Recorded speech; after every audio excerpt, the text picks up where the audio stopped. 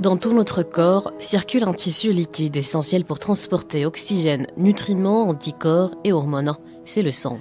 Une personne sur 10 aura besoin d'une transfusion sanguine au moins une fois dans sa vie. Et on dit aussi que certains gestes nous permettent de mieux se regarder dans le miroir chaque matin. Celui du don du sang en est un. Ça va la position du bras? Oui. Alors je vais commencer par désinfecter la zone, puis je vais vous piquer. Alors si vous ne voulez pas voir, vous pouvez juste fermer vos yeux. Je pique. Voilà, ça va? Oui, c'est bon. Je viens souvent au don de sang.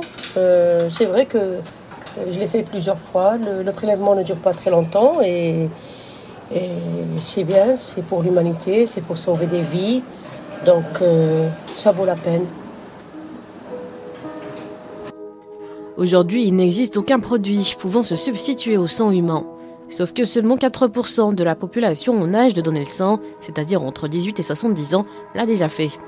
Au Maroc, on peine justement à combler ce déficit, surtout dans la région Casablanca-Stade. Normalement, on devrait avoir 600, entre 500 jusqu'à 600 poches par jour, mais maintenant, on peine à avoir 250 à 300 par jour. Et ça, dans le meilleur des cas. À titre d'exemple, ici à Casablanca, nous n'avons même pas un stock de 24 heures. Tous les étés, les centres régionaux de transfusion sanguine en charge du don du sang voient leur stock diminuer. Les donneurs sont en vacances, mais les besoins restent les mêmes. Pas question de s'apitoyer sur son sort, le Centre national de transfusion sanguine décide d'installer des caravanes pas loin des plages. Difficile de rater l'appel du pied, à quelques mètres du sable, un camion collecte les poches de sang. Une opération plutôt réussie, nous dira Dr Chiaboun, responsable de promotion et prélèvement au niveau du Centre régional de transfusion sanguine de Rabassa et Kenitra. La période estivale a toujours constitué une période critique pour les centres de transfusion, puisque les citoyens sont occupés par les vacances, alors que les demandes de sang pour les cas critiques, surtout ceux dus aux accidents de la voie publique, augmentent. En été, la destination principale des citoyens, c'est les plages. C'est pour cela que le CNTSH a opté pour l'organisation des collectes au niveau des plages, surtout les plages les plus fréquentées. Les collectes des plages qui ont été organisées sont ceux de Mestil, Mehdia, Agadir, Larache, Salé, Tanger et Seydia. Et grâce à ces collectes, le nombre de dons a nettement augmenté par rapport à la même période de l'année précédente. Et nous sommes passés de 9 400 dons à 12 400 dons au niveau national. Les poches de sang suivent un parcours orchestré du prélèvement chez le donneur jusqu'à la délivrance au receveur. Tout commence avec le prélèvement du précieux liquide rouge après la consultation médicale. Un bon dimanche d'été, nous nous sommes rendus à la salle de basketball du Wydad de Casablanca. Ici, une collecte de sang est organisée. La collecte elle a commencé à partir d'hier avec les Winners, qui sont les supporters du club de Wydad. Et c'est un rendez-vous. Je peux dire que minimum il est bisannuel, si ce n'est plus, où on fait les meilleurs records de collecte, avec parfois des records qui frôlent les 1000 par jour. Ce qui est très important puisque là, surtout en cette période qui est très critique, qui est l'été, à partir de Eid al-Adha, où les stocks dans tout le Maroc, pas seulement à Casablanca, mais parce que Casablanca c'est une ville qui est très grande de par la population et de par même les demandes de sang qui sont quotidiennes, qui frôlent les 240 jusqu'à 300 demandes par jour. Donc nous avons besoin de beaucoup de donneurs par jour. Alors comme vous voyez aujourd'hui, c'est spécialement des jeunes et nous calquons le processus que nous avons au niveau du centre de transfusion, à savoir, il passe par un petit interrogatoire avec le médecin, en faction, en l'occurrence moi, et puis on voit l'éligibilité.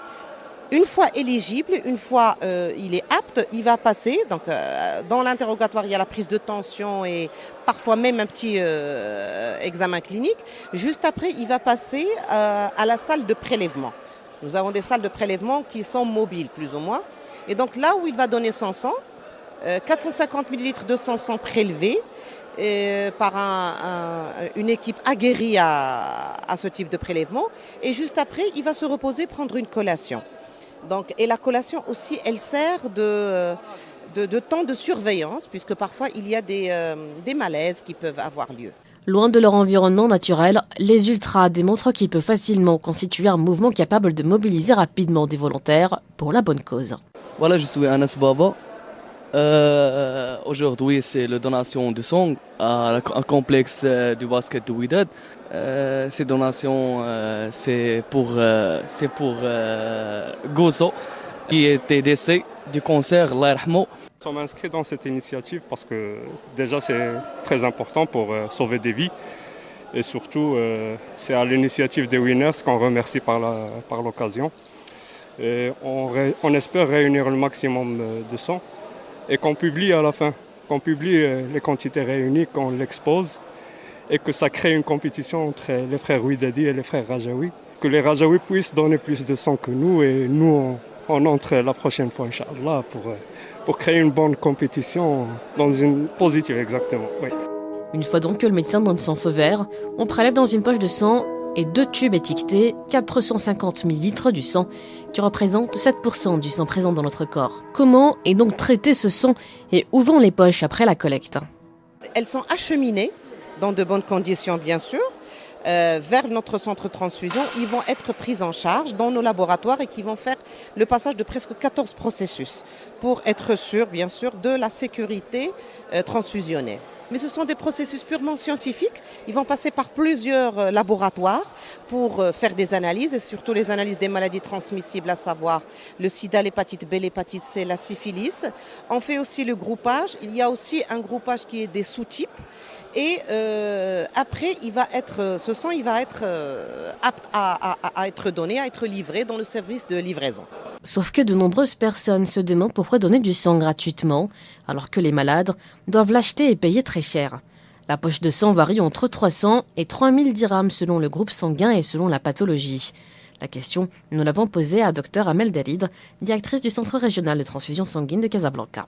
Donc on n'arrête pas de transmettre cette information que le sang ne se vend pas. Que d'ailleurs, la loi 03/94, elle est là et il y a tous les prix qui sont indiqués. Par exemple, moi, on parle des poches qui sortent de façon globale, standard. Les plaquettes, ils coûtent 298 dirhams et les CGR ou les globules rouges, 360 dirhams. Cette idée doit s'arrêter parce que ça, c'est une terminologie que je n'aime pas entendre. On ne vend jamais le sang à l'intérieur. Déjà, la triple poche, elle nous coûte, les analyses nous coûtent. Si par exemple si on s'amuse à prendre le sang du donneur et on le donne automatiquement sans séparer, sans faire d'analyse, et on demande aux citoyens d'aller faire subir cette poche des analyses, et ça va lui coûter minimum 1500 dirhams.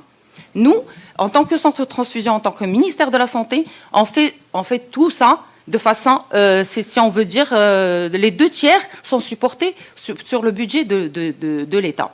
Maintenant, le 1/3 qui est représenté par les chiffres que je viens de vous donner ne représente que le 1/3 des analyses subies sur cette poche pour que la poche soit saine pour le récepteur.